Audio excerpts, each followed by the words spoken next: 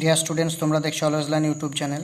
এখন আমি তোমাদের সঙ্গে WBHA মাধ্যমিক মক টেস্ট পেপার 2021 এই বইটির ইংরেজি model question set 16 reading comprehension unseen পোর্শনটাকে নিয়ে আলোচনা করব। তোমাদের মধ্য থেকে অনেকে আমাকে কমেন্ট সেকশনে মডেল কোয়েশ্চেন সেট 16টাকে আলোচনা করার জন্য বলেছো। আমি আজ আনসিন পোর্শনটাকে নিয়ে আলোচনা করছি, পরবর্তীতে আমি সিন এবং গ্রামার পোর্শনটাকে নিয়েও আলোচনা করে দেবো। তাহলে চলো শুরু করা যাক। আমি আশা করি তোমরা দেখতে পাচ্ছ রিডিং কম্প্রিহেনশন আনসিন 3-এর দাগ দিয়ে শুরু হচ্ছে। শুরু করার আগে প্রথমে আমরা একবার ইনস্ট্রাকশনটাকে পড়ে নেবো। ইনস্ট্রাকশনে কি বলছে দেখো, read the following passage carefully and answer the questions that follow. নিচের প্যাসেজটিকে বা রচনাংশটিকে যত্ন সহকারে পড়ো এবং উত্তর দাও সেখান থেকে যেসব প্রশ্নগুলো দেওয়া হয়েছে সেগুলোর। তোমাদের সুবিধার্থে এই প্যাসেজটির বাংলা একবার আলোচনা করে দেবো, সেক্ষেত্রে এখান থেকে যেসব প্রশ্নগুলো দেওয়া হয়েছে সেগুলো বুঝতে বা সেগুলোর উত্তর লিখতে তোমাদের সুবিধা হবে। আমি পড়ছি, তোমরা একটুকু মনোযোগ সহকারে শুনতে থাকো। কি বলছে দেখো, তমলুক ফেব্রুয়ারি 12, 12ই ফেব্রুয়ারি তমলুক, মানে এই যে ঘটনাটি বা প্রতিবেদনটি এখানে দেওয়া হয়েছে এটা কিন্তু তমলুকে ঘটে যাওয়া কোনো একটা ঘটনাকে কেন্দ্র করে। তো কি বলছে দেখো, the Bengal government has decided to introduce homestays for tourist in the beach towns of Digha, Mandarmani and Tajpur. Bangla সরকার সিদ্ধান্ত নিয়েছে দীঘা, মন্দারমণি, তাজপুর এই যে শহরগুলো যেগুলো সমুদ্র তীরে অবস্থিত, সেসব জায়গায় যেসব পর্যটক আসবে সেই পর্যটকদের জন্য নিবাস তৈরির বা নিবাস চালু করার, অর্থাৎ বাস করার জন্য যেসব ঘর প্রয়োজন হয় সেই ধরনের ঘর বা নিবাসের চালু করার সিদ্ধান্ত কিন্তু নিয়েছে। The East Medinipur rural development cell has identified 30 families in Mandarmani who would host tourists in the first phase.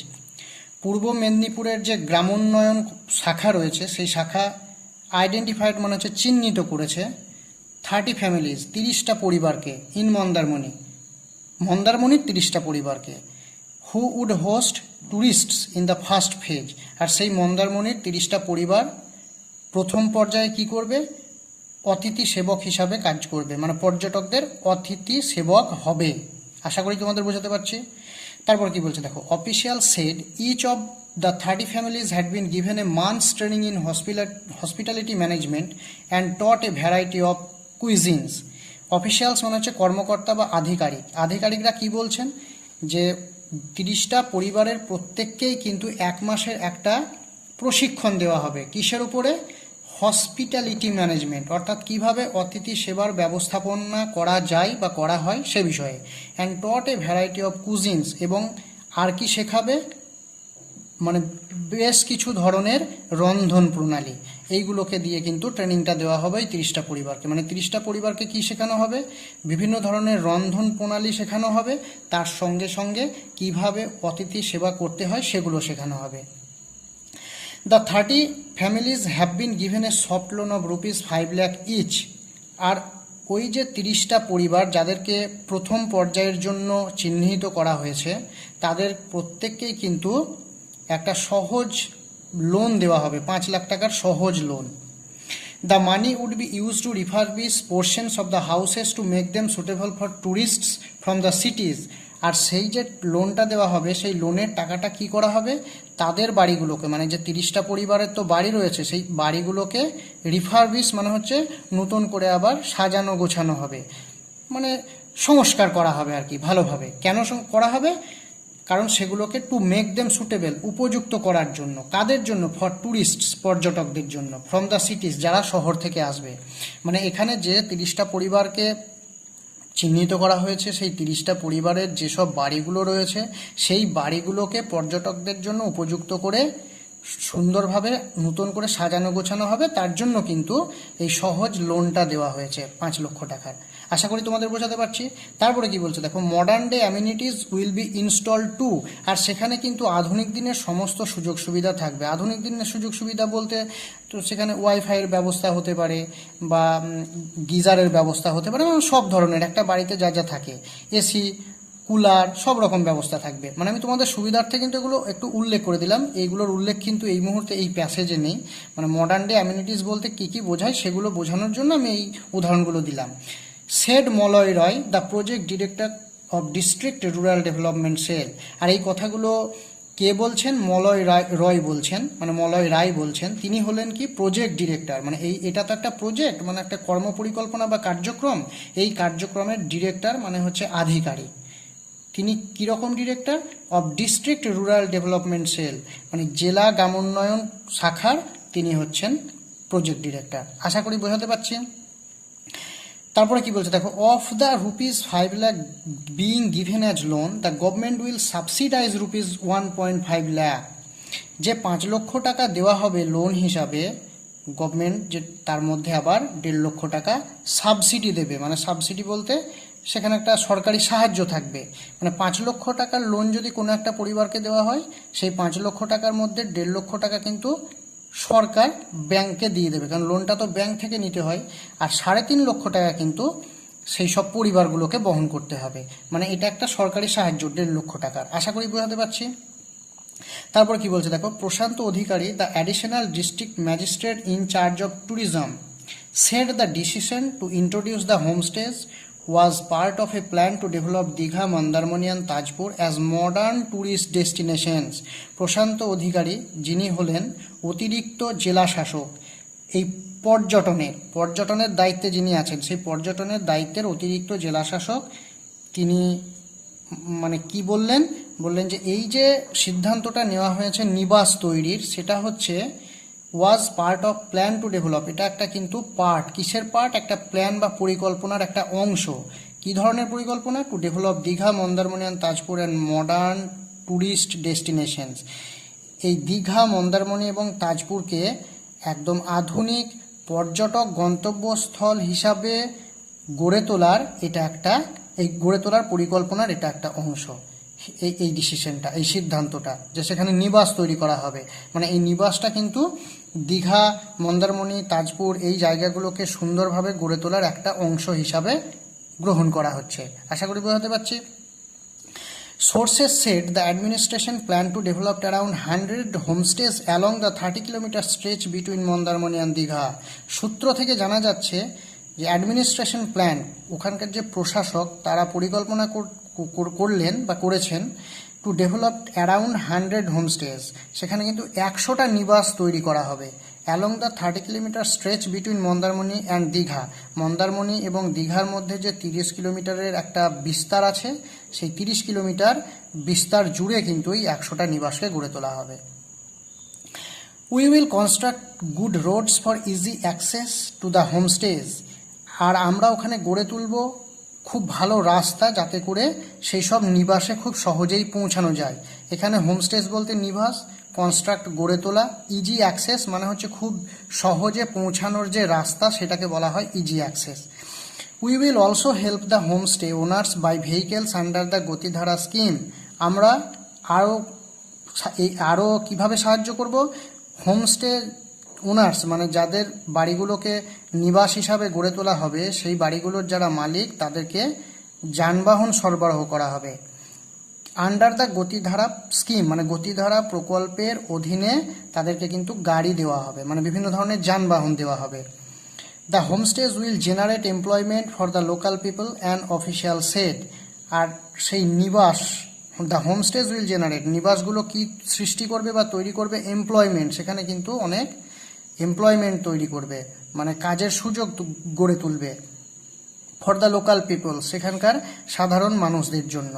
An official set, একজন কর্মকর্তা বা আধিকারিক এটা বললেন। অবশ্যই, কারণ কোনো একটা জায়গায় যদি কোনো শিল্প গড়ে ওঠে, কিন্তু তার আশেপাশে লোকাল যেসব মানে সাধারণ মানুষ যারা থাকে, স্থানীয় মানুষ, তাদের কিন্তু উপার্জনের অনেক পথ খুলে যায় বা মানে অনেক রুজি রোজগার পায়, সেই জিনিসটাই কিন্তু এখানে বলা হচ্ছে। The government is yet to decide on the tariff and other expenses tourists will have to incur. সরকার কিন্তু এখনো সিদ্ধান্ত নেননি যে শুল্ক এবং অন্যান্য যেসব খরচ পর্যটকদের কাছ থেকে ঠিক কী হারে নেওয়া হবে বা সেখান থেকে সংগ্রহ করা হবে, এটা কিন্তু এখনো সিদ্ধান্ত সরকার নেননি। The money earned will go entirely to the homestay owners, আর পুরো টাকাটাই কিন্তু যেসব নিবাসের মালিক রয়েছে তাদের কাছে যাবে। এখানে কিন্তু সরকার কোনো রকমভাবে কোনো টাকা গ্রহণ করবে না, কারণ যেহেতু বাড়ির মালিকরাই সেই বাড়িগুলোকে নিবাস হিসাবে গড়ে তুলছে, তার জন্য পুরো টাকাটা তাদের কাছেই যাবে। তারপর কি বলছে দেখো, Anita Das who is transforming her house into a homestay said my husband's income, পরের পৃষ্ঠায় রয়েছে, আমি একটু দেখাচ্ছি, তোমরা দেখতে থাকো। From fishing in the sea was meagre, কি বলছে এখানে, Anita Das who is transforming her house into a homestay, মানে অনিতা দাস যিনি তার বাড়িটাকে একটা নিবাস হিসাবে গড়ে তুলছেন, সেড বললেন, মাই হাজব্যান্ডস ইনকাম, আমার স্বামীর ইনকাম অর্থাৎ উপার্জন, from fishing in the sea was meagre, মানে সমুদ্র থেকে মাছ ধরে যে উপার্জন সেটা খুব অল্প, মেজার মানে হচ্ছে অল্প। I worked in a self help group that makes puffed rice, আর আমি নিজে একটা স্বনির্ভর গোষ্ঠীতে কাজ করি যারা কিন্তু মুড়ি তৈরি করে। আমি আশা করি তোমরা দেখতে পাচ্ছ। But with the administrations help I have decided to turn A portion of my house into a homestay, কিন্তু প্রশাসকের সাহায্য নিয়ে আমি সিদ্ধান্ত নিয়েছি যে আমার বাড়ির কিছুটা অংশ আমি বা আমার বাড়িটাকে একটা নিবাসে রূপান্তরিত করব। This will help me earn more, আর এটা আমাকে সাহায্য করবে বেশি উপার্জনে। Tania Basu, a Calcutta resident who often visits the beach tourists in weekends, said the homestays will give us a new experience of living in a rural atmosphere. Tania Basu, যিনি একজন কলকাতার বাসিন্দা, যিনি প্রায়ই উইকেন্ড মানে হচ্ছে সপ্তাহান্তে এই সমুদ্র সৈকতে বা সমুদ্র তীরে বেড়াতে আসেন, তিনি কি বলছেন, the homestays will give us a new experience of living in a rural atmosphere, এই নিবাস আমাদেরকে একটা নতুন অভিজ্ঞতা দেবে গ্রাম্য পরিবেশে বসবাসের। এই গেল মোটামুটি যে প্যাসেজটি বা রচনাংশটি দিয়েছিল বা দেওয়া হয়েছে সেটার একটা বাংলা অর্থ। আমি আশা করি তোমরা বুঝতে পেরেছো। যদি এখান থেকে কোনো অসুবিধা থাকে অবশ্যই আমাকে কমেন্ট সেকশনে জানাবে, আমি চেষ্টা করব সেগুলোকে নিয়ে অবশ্যই কোনো একটা ভিডিওতে বলে দেওয়ার। এবার কিন্তু আমরা পরপর এখান থেকে যেসব প্রশ্নগুলো দিয়েছে সেগুলো নিয়ে আলোচনা করব। 3 দাগের এ থেকে কি বলছে দেখো, choose the correct answers from the given alternatives, নিচের বিকল্পগুলো থেকে সঠিক উত্তরটি বাছো। মানে এখানে কিছু প্রশ্ন দেওয়া রয়েছে, এই প্রশ্নগুলোর মানে প্রত্যেকটার জন্য 4টি করে বিকল্প দেওয়া রয়েছে। এই 4টি করে বিকল্পের মধ্য থেকে যেটা সঠিক বিকল্প সেটা কিন্তু বেছে নিতে বলা হচ্ছে। এখানে 6টি ওই ধরনের প্রশ্ন রয়েছে, প্রত্যেকটার জন্য 1 নম্বর করে মোট 6 নম্বর দেওয়া হয়েছে। প্রথম প্রশ্নটা কি বলছে দেখো, 30 families would host tourists in the first phase at, 30টা পরিবার প্রথম পর্যায়ে হোস্ট মানে হচ্ছে অতিথি সেবা করবে, যেসব পর্যটকরা আসবে তাদের সেবা করবে আর কি, মানে অতিথি সেবক হিসাবে। সেটা কোথায়? A option A Tajpur, option B Digha, option C Tamluk, option D Mandarmani. আমরা কি দেখেছিলাম মন্দারমণিতে, কিন্তু আমি সেই জায়গাটুকু একটু তোমাদের দেখিয়ে দিই প্যাসেজ থেকে। দেখো, the East Medinipur rural development cell has identified 30 families in Mandarmani who would host tourists in the first phase. তাহলে প্রথম পর্যায়ে মানে যারা পর্যটকদের দেখাশোনা করবে বা ব্যবস্থাপনা করবে তারা কোন মানে কোন জায়গার? মন্দারমণি, সেটা কিন্তু বলা হচ্ছে মন্দারমণি। তাহলে আমরা এখানে পেয়ে গেলাম আমাদের প্রথম প্রশ্নের উত্তর। তাহলে আমাদের এখানে প্রথম প্রশ্নের উত্তর কোনটা হয়ে যাবে? Option D. আর আমরা অপশন ডিটাকে এখানে যেহেতু লিখতে বলা হয়নি, বেছে নিতে বলা হচ্ছে, তাই আমরা অপশনের উপরে এভাবে টিক চিহ্ন দিয়ে দেবো। তারপর দেখো 2 কি বলছে, additional district magistrate Prashanta Adhikari is in charge of, অতিরিক্ত জেলা শাসক তিনি, যার নাম হচ্ছে প্রশান্ত অধিকারী, তিনি কিসের দায়িত্বে আছেন?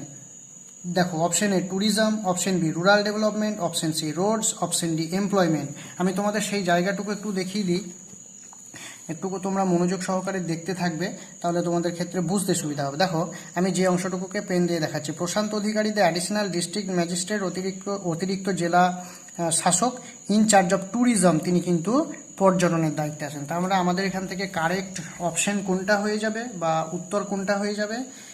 অপশন এটা হয়ে যাবে আমাদের এখানে কারেক্ট আনসার। আমরা এভাবে টিক চিহ্ন দিয়ে দেবো।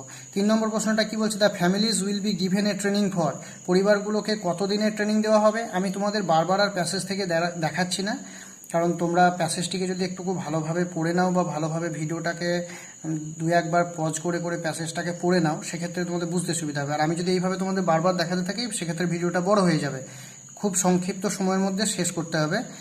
সেক্ষেত্রে তোমাদেরও ভালো লাগবে। তো এখান থেকে আমরা যদি দেখি আমাদের এখানে কারেক্ট আনসার কোনটা হয়ে যাবে, 30 দিনের বা 1 মাসের ট্রেনিংয়ের কথা বলা হয়েছিল, তাহলে 1 মাস অর্থাৎ 30 দিন, তাহলে আমাদের এখানে কারেক্ট অল্টারনেটিভ হয়ে যাবে অপশন বি।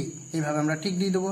4 প্রশ্নটা কি বলছে, for the homestays the government will subsidise, যে নিবাসগুলো তৈরি হবে তার জন্য সরকার কত টাকা সাহায্য করবে, option A ₹1.5 lakh, option B ₹2.5 lakh, option C ₹3.5 lakh, option D ₹4.5 lakh. আমরা কি দেখেছিলাম, 1.5 লক্ষ টাকার কিন্তু একটা সরকারি সাহায্য দেওয়ার কথা কিন্তু প্যাসেজে বা রচনাংশে বলা আছে। তার মধ্যে এখানে কারেক্ট আনসার কোনটা হয়ে যাবে, অপশন এ। আশা করি বোঝাতে পারছি। 5 number, the money earned will go to the, যে টাকাটা উপার্জিত হবে সেই টাকাটা কার কাছে যাবে, option A state government, option B rural fund, option B district administration, option D homestay owners.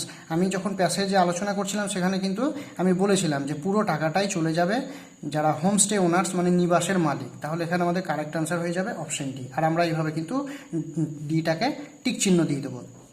6 প্রশ্নটা কি বলছে, Anita Das works in a self help group that makes, Anita Das যিনি স্বনির্ভর গোষ্ঠীতে কাজ করেন তিনি কি তৈরি করেন, option A puffed rice, option B jam and jelly, option C pickles, option D incense sticks. আমরা সেখানে কিন্তু পাফড রাইস বা মুড়ি তৈরির কথাটা কিন্তু জেনেছিলাম। তাহলে আমাদের এখানে কারেক্ট আনসার কোনটা হয়ে যাবে, সঠিক উত্তর অপশন এ। এইভাবে আমরা ঠিক চিহ্ন দিয়ে দেবো। এবার আমরা কিন্তু পরের প্রশ্নটা নিয়ে আলোচনা করব। পরের প্রশ্নটা কি, 3 দাগের B, state whether the following statements are true or false, বিবৃতি করো নিচের বিবৃতিগুলি সত্য অথবা মিথ্যা। Write T for true and F for false in the boxes on the right side. ট্রুর জন্য টি এবং ফলসের জন্য এফ লিখো ডান দিকে যেসব বাক্সগুলো দেওয়া রয়েছে সেই বাক্সের মধ্যে। Provide sentence phrases words in supportive of your answer, আর তোমাদের উত্তরের সাপেক্ষে যুক্তি দাও।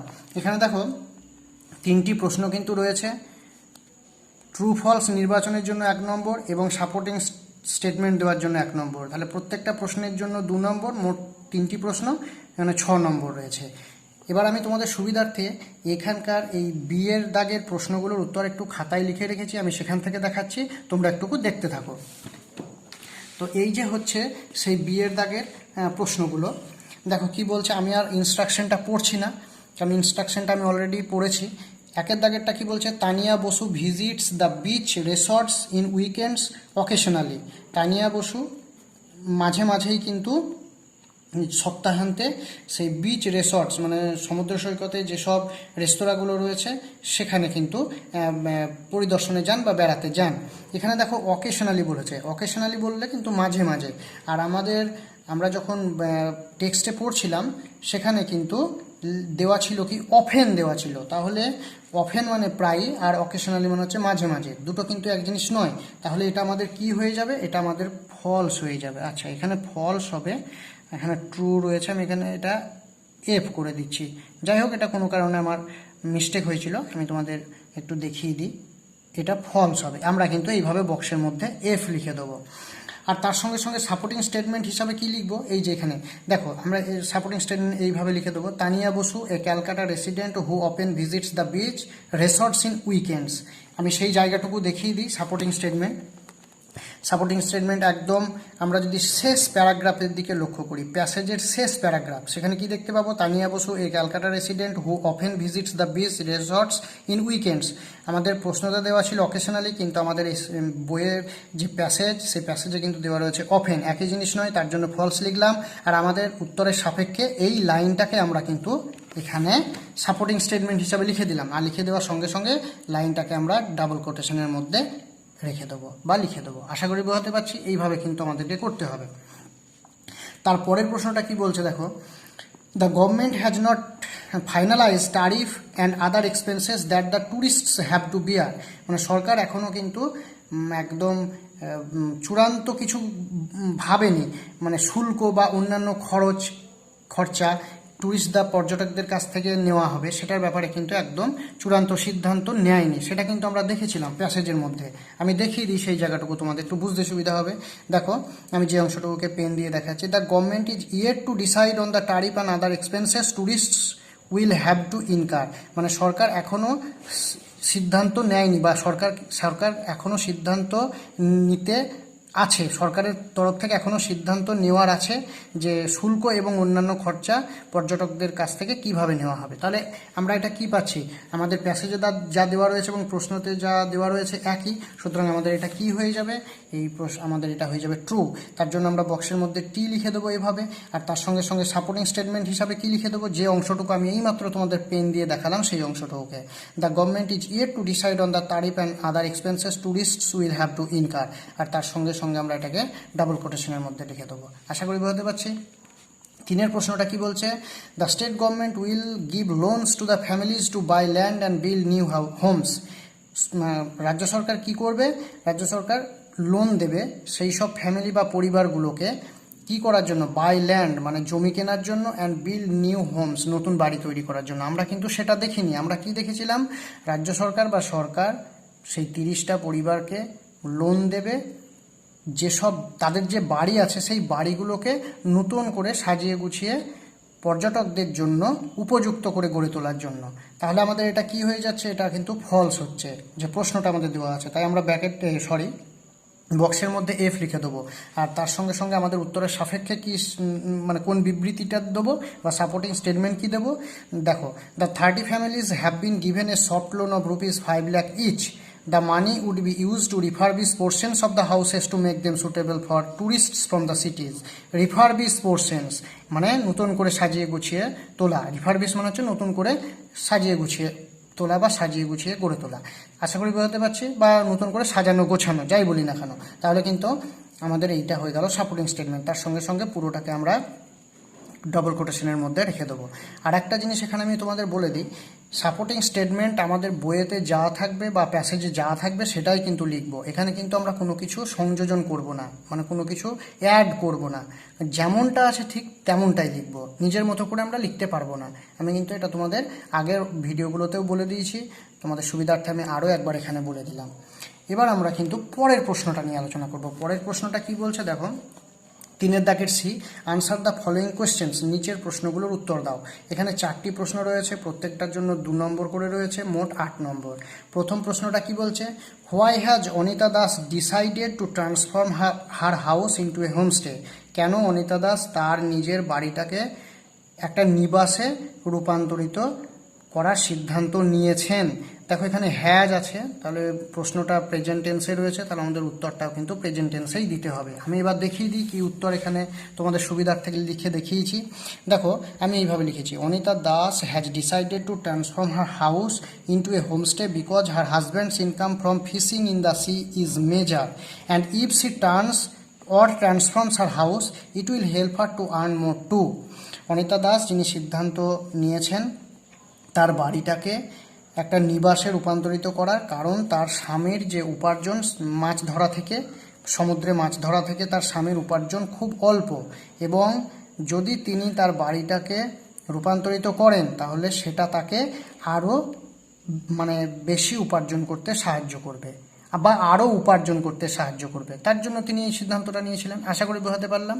আর আমি যে উত্তরগুলো এখানে লিখে তোমাদের জন্য দেখিয়েছি বা তোমাদেরকে একটু সাহায্য করার চেষ্টা করেছি, এই উত্তরগুলো তোমাদের লিখতে হবে এমন কোনো কথা নেই, তোমরা এখান থেকে আইডিয়া নিয়ে নিজেদের মতো করে লিখে নিতে পারো। আমার উদ্দেশ্য হচ্ছে তোমাদেরকে একটু সাহায্য করা। পরের প্রশ্নটা কি বলছে দেখো, 2 নম্বর প্রশ্নটা, what steps have the government taken to make the homestay suitable for tourists, মানে কী কী পদক্ষেপ সরকার নিয়েছে সেই নিবাসগুলোকে পর্যটকদের জন্য উপযুক্ত করে গড়ে তোলার। আমরা কিন্তু বেশ কিছু স্টেপস সেখানে দেখেছিলাম। আমি এবার দেখো উত্তরটা কিভাবে লিখেছি, the government has arranged loans with subsidy to refurbish portions of the houses to make them suitable and decided to install modern amenities for tourist from the cities. তাহলে সরকার কি করেছে, সফট লোন, এখানে আমরা একটা সফট লোন লিখে দিতে পারি, SOFT, সফট লোন। সরকার কিন্তু খুব সহজ লোনের ব্যবস্থা করেছে, তার সঙ্গে সাবসিডিও রয়েছে। To refurbish portions of the houses, মানে যেসব বাড়িগুলো সেখানে নিবাসে গড়ে তোলা হবে সেই বাড়িগুলো গড়ে তোলার জন্য সহজ লোনের কিন্তু ব্যবস্থা করা হয়েছে। টু মেক দেম সুটেবল, সেগুলোকে উপযুক্ত করে তৈরি করার জন্য। অ্যান্ড ডিসাইডেড টু ইনস্টল, এবং তার সঙ্গে সঙ্গে গভর্নমেন্ট এটাও সিদ্ধান্ত নিয়েছে যে মডার্ন অ্যামিনিটিস মানে যেসব আধুনিক যেসব সুযোগ সুবিধা সেগুলোও কিন্তু ট্যুরিস্টদের জন্য সেখানে থাকবে। তাহলে এই পদক্ষেপগুলো কিন্তু নেওয়া হয়েছে। 2 নম্বরের যেহেতু প্রশ্ন, সেই জন্য আমি এখানে বেশি বড় করিনি। তাছাড়া আরও 2-1টা স্টেপ হয়তো লেখা যেত। যদি তোমাদের সেরকম মানে চাও যে একটু বড় হোক, ক্ষতি নেই, বা বেশ যতগুলো স্টেপস রয়েছে সবগুলোকেই আমরা উত্তরের মধ্যে দেখাতে চাও, তোমরা দেখাতে চাও বা আমরা দেখাতে চাইছি, তাহলে আমাকে কমেন্ট সেকশনে জানাবে।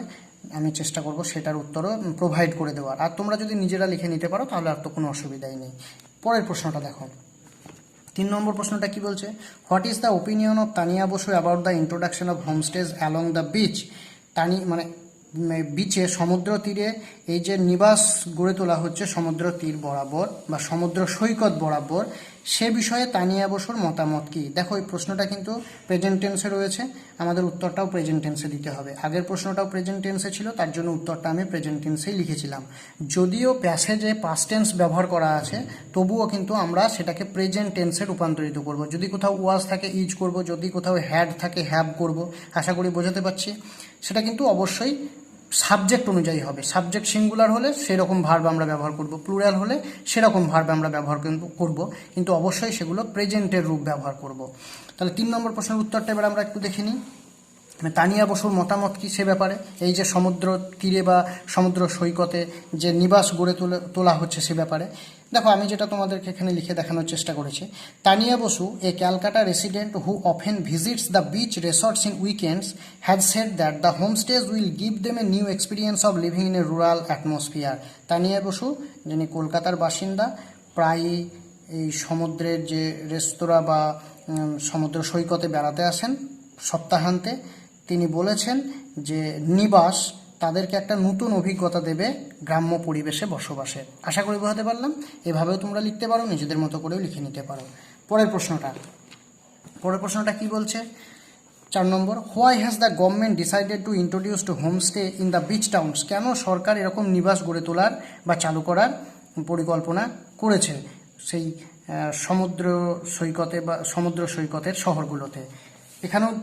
এখানেও কিন্তু প্রশ্নটা প্রেজেন্ট টেন্সে রয়েছে, আমরা উত্তর প্রেজেন্ট টেন্সেই লিখব। তো আমি মোটামুটি দেখো যেটা লিখে দেখানোর চেষ্টা করেছি। The government has decided to introduce to homestays in the beach towns of Digha, Mandarmani and Tajpur to develop Digha, Mandarmani and Tajpur as modern tourist destinations. সরকার সিদ্ধান্ত নিয়েছে নিবাস তৈরি করার সমুদ্র সৈকতের শহর দীঘা, মন্দারমণি এবং তাজপুরে, কারণ দীঘা, মন্দারমণি এবং তাজপুরকে আধুনিক পর্যটকের গন্তব্যস্থল হিসাবে গড়ে তোলার জন্য। আশা করি বোঝাতে পারলাম। এইভাবেও এই উত্তরটাকে লেখা যায়। এছাড়া আরও একটা উত্তর আমি তোমাদের জন্য লিখে দেখিয়েছি, সেই জন্য লেখা আছে এখানে। অথবা এটাও লিখতে পারো, বা আমি আর একটা যেটা লিখে দেখিয়েছি সেটাও লিখতে পারো, আর নিজেরাও নিজেদের মতো করে লিখে নিতে পারো। সব রকম সুবিধাই কিন্তু তোমাদের থাকছে। তারপর কি বলছে দেখো, the government has decided to introduce to homestays in the beach towns because the decision to introduce the homestays is part of a plan to develop Digha, Mandarmani and Tajpur as modern tourist destinations. সরকার সিদ্ধান্ত নিয়েছে যে beach town মানে সমুদ্র তীরের শহরগুলোতে নিবাস চালু করার কারণ এই যে সিদ্ধান্ত, সেই সিদ্ধান্তটা হচ্ছে টু ইন্ট্রোডিউস দ্য হোমস্টেজ। এই সিদ্ধান্তটা মানে এই নিবাস তৈরির সিদ্ধান্তটা is a part of a plan to develop Digha, মানে দীঘা, মন্দারমণি, তাজপুরকে আরও উন্নতি করার বা উন্নতি সাধন করার এটা একটা এই যে পরিকল্পনা, সেই পরিকল্পনার এটা একটা অংশ। মানে দীঘা, মন্দারমণি, তাজপুরকে একটুকু আরও ভালোভাবে তৈরি করে বা ভালোভাবে গঠন করার ক্ষেত্রে সেখানে নিবাস তৈরি এই প্রজেক্ট বা পরিকল্পনার একটা অংশ। তার জন্য কিন্তু সরকার এখানে সিদ্ধান্ত গ্রহণ করেছে নিবাস তৈরির। কি হিসাবে? অ্যাজ মডার্ন ট্যুরিস্ট ডেস্টিনেশনস, সেগুলোকে আধুনিক পর্যটক গন্তব্যস্থল হিসাবে গড়ে তোলার ক্ষেত্রে। আশা করি বোঝাতে পারলাম। তো এই গেল মোটামুটি যে মডেল সেট 16, সেই 16-এর মানে আনসিনের একটা বিস্তারিত আলোচনা। আশা করি তোমরা বুঝতে পারবে। আর যদি এখান থেকে কোনো অসুবিধা থাকে অবশ্যই আমাকে কমেন্ট সেকশনে জানাবে। আপাতত এই পর্যন্তই। খুব ভালো থাকো, সুস্থ থাকো। তোমাদের সঙ্গে পরবর্তীতে আবার আমার একটা নতুন ভিডিওতে দেখা হবে।